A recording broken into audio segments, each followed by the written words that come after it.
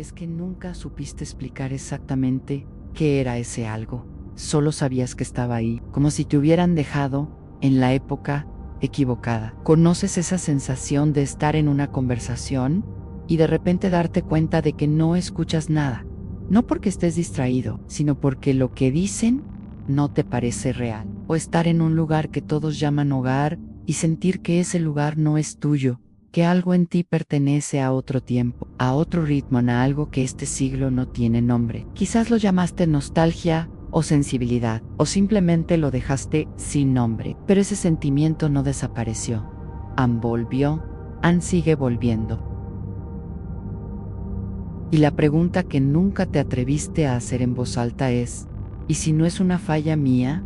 ¿Y si hay una razón? Edgar Cayce documentó algo que los psicólogos de su época no tenían forma de explicar. En decenas de sesiones, describió personas que llegaban a él con el mismo patrón funcionales, inteligentes, sin trauma evidente, y sin embargo, incapaces de sentir que pertenecían a este tiempo.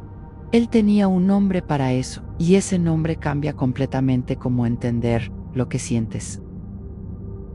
Que llamaba a estas personas almas antiguas, no en el sentido poético, en el sentido literal de sus lecturas al almas, que habían pasado por tantos ciclos, que llegaban a esta vida con una memoria emocional acumulada. Y esa memoria no viene como recuerdo, viene como sensación. La sensación de que ya viviste algo parecido, de que este mundo ya lo conoces y de que por alguna razón ya no te sorprende como debería.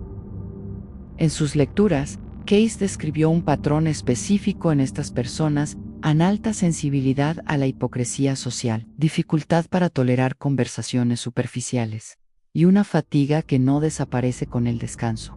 Una fatiga que no es del cuerpo, es del contraste, el contraste entre lo que sabes que es posible y lo que el mundo parece querer. Pero hay algo que casi nadie menciona de este concepto. Cayce no describía a estas almas como superiores, las describía como cansadas. Cansadas de empezar de cero, cansadas de explicarse, cansadas de un mundo que aún no llegó al punto donde ellas ya estuvieron.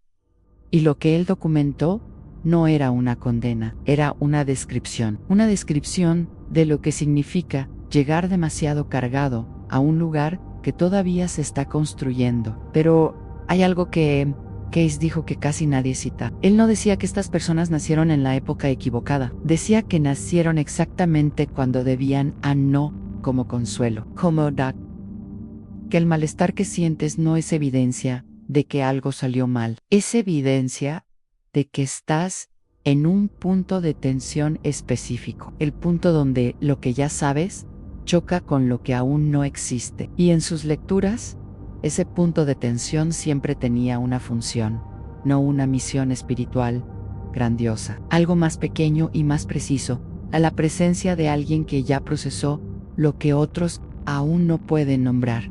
Recuerda esa sensación del principio, la de no encajar, la de pertenecer a otro tiempo. Cayce no la llamó defecto, no la llamó don tampoco, la llamó acumulación. Lo que sientes no es que llegaste demasiado tarde ni demasiado pronto, es que llegas con demasiado encima, con capas que este tiempo aún no sabe leer. Y la pregunta que él dejó en sus lecturas, la que nunca respondió completamente, era esta en las lecturas de Cayce. Hay un patrón emocional que aparece repetidamente en estas personas.